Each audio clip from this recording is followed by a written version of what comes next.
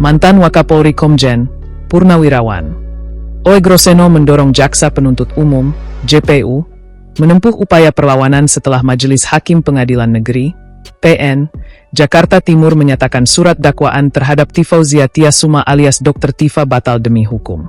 Menurut Oey Grosseno, langkah tersebut lebih tepat daripada jaksa langsung memperbaiki surat dakwaan dan kembali mengajukannya ke pengadilan. Ia menilai persoalan yang ditemukan majelis hakim menyangkut substansi atau hal mendasar dalam konstruksi perkara.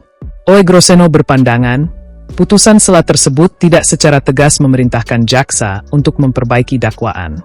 Karena itu, ia melihat adanya ruang bagi jaksa untuk menguji putusan tersebut melalui mekanisme perlawanan.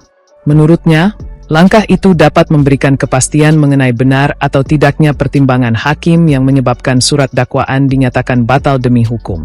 Pandangan itu disampaikan Oey Grosseno dalam podcast yang membahas putusan sela perkara Dr. Tifa dan perubahan hukum acara pidana di Indonesia. Majelis hakim tidak secara jelas menyatakan perintah untuk memperbaikinya dan mengajukan kembali, melainkan secara tegas mempersilakan jaksa melakukan upaya perlawanan. Jelasnya dikutip dari YouTube Refli Harun pada Rabu, 12 Agustus 2026. Perlawanan tersebut dinilai menjadi jalan untuk menguji apakah pertimbangan majelis hakim yang membatalkan dakwaan memang tepat atau justru perlu dikoreksi melalui mekanisme hukum yang tersedia. Oey Grosseno tidak melihat putusan sela itu sebagai hambatan administratif yang dapat diselesaikan hanya dengan mengubah beberapa bagian surat dakwaan. Salah satu alasan Oey Grosseno mendorong langkah perlawanan adalah sifat persoalan yang ditemukan majelis hakim. Dakwaan Dr. Tifa dinilai bermasalah karena menggunakan dua rezim undang-undang dalam konstruksi perkara. Persoalan tersebut berkaitan dengan penerapan ketentuan KUHP lama dan KUHP baru dalam menguraikan perbuatan yang didakwakan. Kondisi itu berbeda dengan kekeliruan administratif sederhana, seperti tidak adanya tanda tangan atau kesalahan penulisan yang dapat segera diperbaiki. Kesalahan yang dilihat hakim sangat fatal, yaitu penggunaan dua rezim undang-undang secara bersamaan, paparnya. Oey Grosseno menilai majelis hakim bahkan menyatakan surat dakwaan batal demi hukum secara keseluruhan. Karena itu, memperbaiki dakwaan lalu mengajukannya kembali dinilai berpotensi mengabaikan substansi persoalan yang sudah diputus melalui putusan sela.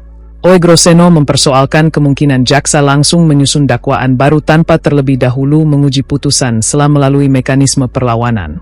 Ia melihat kondisi tersebut dapat membuat putusan sela kehilangan arti pentingnya karena perkara kembali berjalan dengan hanya mengganti atau memperbaiki konstruksi dakwaan.